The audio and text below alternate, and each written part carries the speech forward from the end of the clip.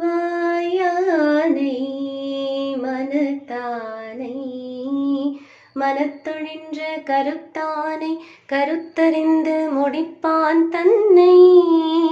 தூயானை தூவெள்ளை ஏற்றான் தன்னை தூயானை தூவெள்ளை ஏற்றான் தன்னை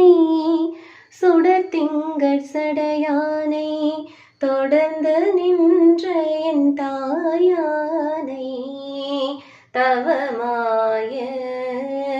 தன்மையானை தேவாதி தேவர்க்கு என்றும்